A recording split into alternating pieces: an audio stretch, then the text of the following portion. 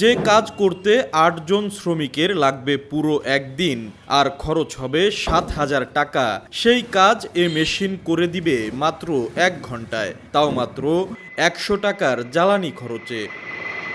পেঁয়াজের আগাছা কাটার অবিশ্বাস্য এ স্বয়ংক্রিয় মেশিন উদ্ভাবন করে তাক লাগিয়ে দিয়েছেন উদ্যোক্তা হোসেন আলী বিশ্বাস।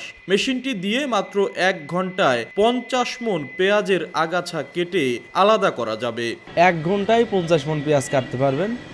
খরচ হবে মাত্র ১ লিটার ডিজেল। ১ লিটার একটু কম লাগে, কিন্তু আমি ১ লিটারই ধরলাম, কারণ এটা তো 2 পার্ট ইঞ্জিন ব্যবহার করা হয়েছে। এখানে ১ লিটার তেল হলে আপনার ১ ঘন্টা মেশিনটা চালাতে পারবেন। ১ ঘন্টায় ৫০ মণ পেঁয়াজ কাটা সম্ভব।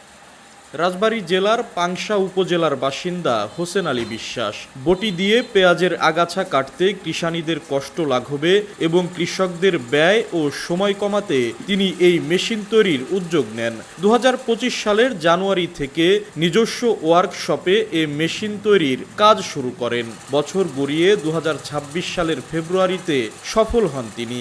আমি দেখতাম যে এই পেঁয়াজটা হাত দিয়ে বটি দিয়ে কাটা একটা কষ্ট।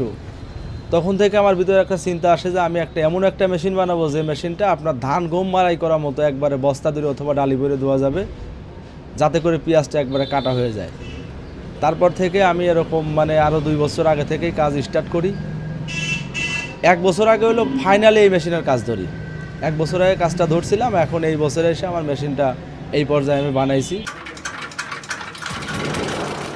১,৭০,০০০ টাকা দামের এই মেশিনটি তৈরি করার পর থেকেই এর ব্যাপক চাহিদা তৈরি হয়েছে। ইতোমধ্যে ৪টি মেশিন বিক্রি ও ৬টি নতুন মেশিন তৈরির অর্ডার পেয়েছেন হোসেন আলী। আগামী পেঁয়াজ মৌসুম পর্যন্ত ২ শতাধিক মেশিন বিক্রির আশা তার। আমারও ইচ্ছা আছে যে আমার এই মেশিনটা সারা বাংলাদেশে ছড়িয়ে যাক, কারণ এটা কৃষকের জন্য খুবই জরুরি দরকার। কারণ পেঁয়াজটা মাঠ থেকে তুলে নিয়ে আসার পরে টাইম টু টাইম কাটা, এটাই বড় একটা ব্যাপার। যদি টাইম টু টাইম কাটতে না পারে তাহলে পরিবেশটা নষ্ট হয়, পেঁয়াজের গাছ পচে নষ্ট হয়ে যায়, পেঁয়াজও নষ্ট হয়ে যায়।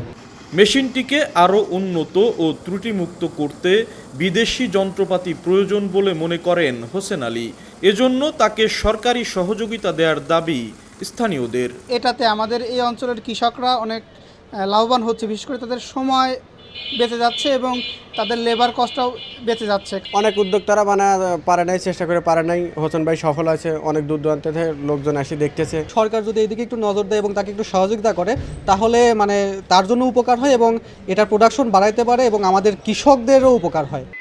ভবিষ্যতেও নতুন নতুন মেশিন উদ্ভাবন করে কৃষিখাতে আরও অবদান রাখতে চান এই তরুণ উদ্যোক্তা। আশিকুর রহমান, সময় সংবাদ, রাজবাড়ী।